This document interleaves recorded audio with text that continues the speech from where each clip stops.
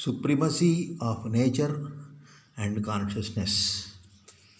When we go for an inquiry into the philosophical dimensions observed by Anasuya Devi, the mother of all, the first stake she makes it is the presence and importance given to the supremacy of nature and consciousness. She has understood the nature as very much all pervading, holistic, and it is considered to be the very divine incarnate. It is understood to be the potential source and force for the functioning of what all it is told to be the visible and audible. This entire visible and audible universe itself is playing a vital role in making the fortunes of the man and the very personality of the man himself.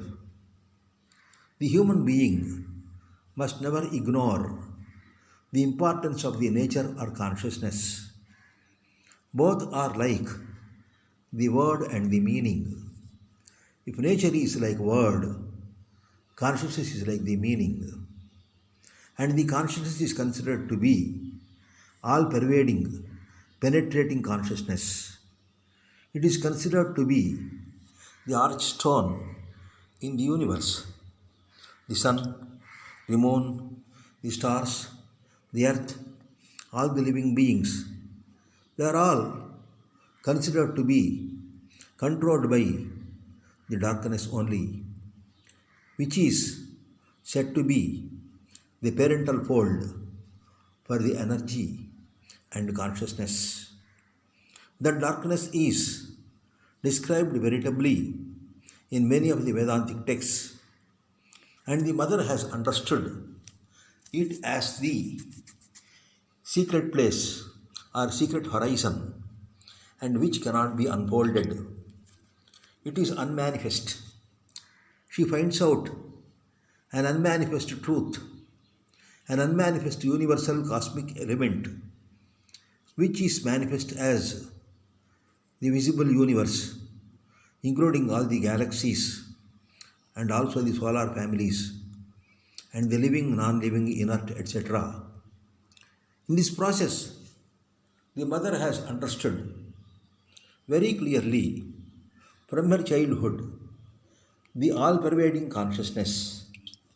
It is equal in all the beings, starting from the very tiny species, microscopic species and microbial species to the divine units. All are nothing but the manifestation of the consciousness.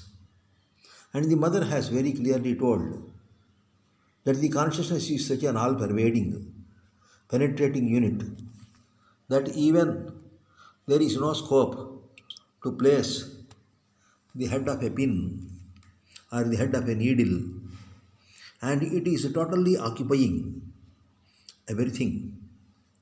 And man is considered to be not so much important like the other human beings. He is one among the living beings. That's all. He is not given any particular significance.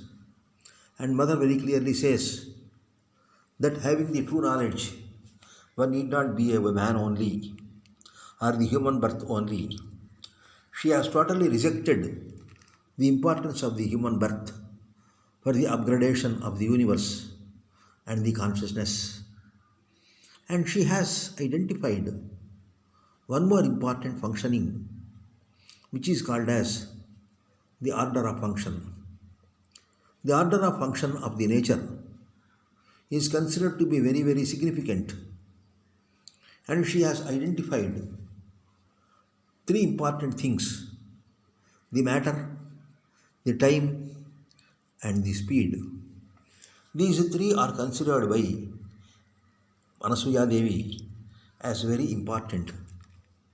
Where from this matter has come The matter has come from a universal source which is unmanifest. It is unqualified. It is all pervading. At the same time, it is not known.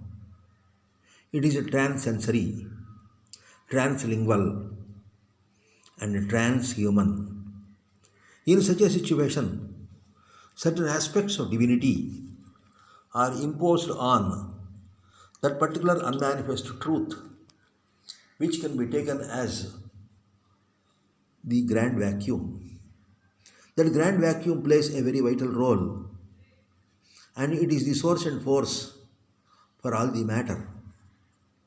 And what Anasuya Devi has observed from her own practicals within the body and outside the body and the visibles is that the force or the order of function are playing very clearly on the basis of the time and mass. And she has separately studied the solid mass, the liquid mass, the gaseous mass, and also she has studied the properties of the earth, the properties of the air, the properties of the water, the properties of fire, and the properties of sky. She has understood that all elements are segmented from a homogeneous identity whose identity is not understandable to the human beings, and that concept is considered to be the element of Matrabhuta. At the same time, she has accepted the functioning force as the centripetal forces and the centrifugalism. These two aspects are totally accepted by the mother, and she has understood the greatness of the order of function and at the same time the functioning behavior of the conscientious consciousness. And for her, all beings are totally conscious. The entire manifestation, whether it is said to be mute or inert or moving or non moving, it is only indicative of a greater change, a visible change, and a bearable change. That particular change is considered to be the very character of the mass, and she has accepted one important thing, that the entire universe has unfolded it gradually over a period of time. This is similar to the science thought of the Big Bang theory or the superstring theory, which has been proposed often recently, and where from it has been identified. It has come from some unknown identities whom the books are not in a position to present, nor the wizards are not in a position to understand. But she has accepted the role of the pressure or force, which will be leading to the manifestation of the different elements. And she has accepted the importance of the sound, touch, taste, smell, and light, which are considered to be the five tanmatras. And she has understood the significance between the mind, action, and the interrelationship between the mind, action, and the visible also. And all are governed by only one thing, that is the consciousness. It is the source and force of the order of function. And that order of function cannot be ignored even by the Creator. And she has gone to the extent of saying a great statement that the material with which the entire creation has been made is existing prior to the Creator himself. She calls that the matter itself is very much primordial. But when she observes very clearly that the matter is unfolding itself as a manifestation over a period of time, she gives importance to the interrelationship between the matter, time, and pressure. And all are nothing but the variants of the consciousness. She accepts the supremacy of nature and consciousness.